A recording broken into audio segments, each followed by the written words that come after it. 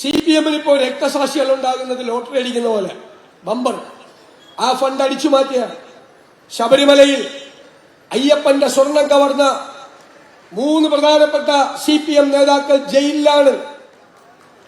ഇവരിപ്പോൾ വർഗീയതയാണ് പ്രചരിപ്പിക്കുന്നത്. BJP-ക്കാരെ നമുക്കറിയാം, അവർ ചെയ്യുന്നത് ആളുകളെ ഭിന്നിപ്പിച്ച് തമ്മിലടിപ്പിച്ച് ശത്രുക്കളാക്കി രാഷ്ട്രീയ മുതലെടുപ്പാണ്. എന്റെ സങ്കടം സംഘപരിവാറിന്റെ അതേ വഴിയിലാണ് കേരളത്തിലെ CPM.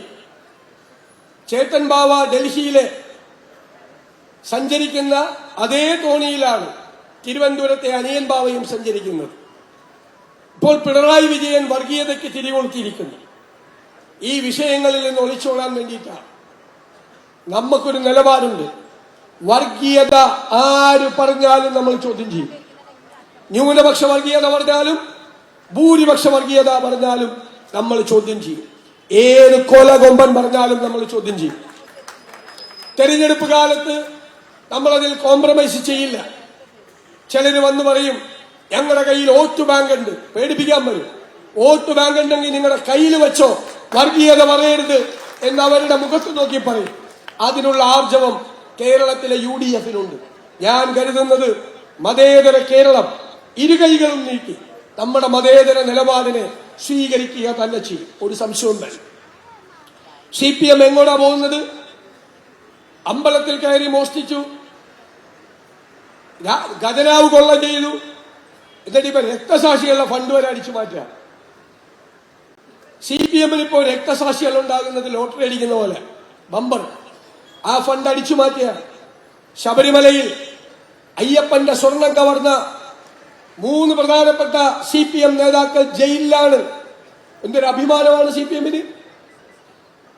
അയ്യപ്പന്റെ സ്വർണം മാത്രമല്ല, ശ്രീകോവിലിന്റെ മുന്നിൽ വച്ചിരുന്ന അതിമനോഹരമായ സ്വർണത്തിൽ പൊതിഞ്ഞ ദ്വാരപാലക ശില്പം CPM നേതാക്കൾ കൊണ്ടുപോയി ഒരു കോടീശ്വരന് വിറ്റു.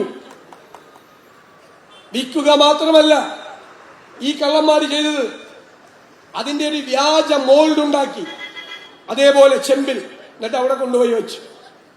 എത്ര വലിയ കള്ളന്മാരാണ്!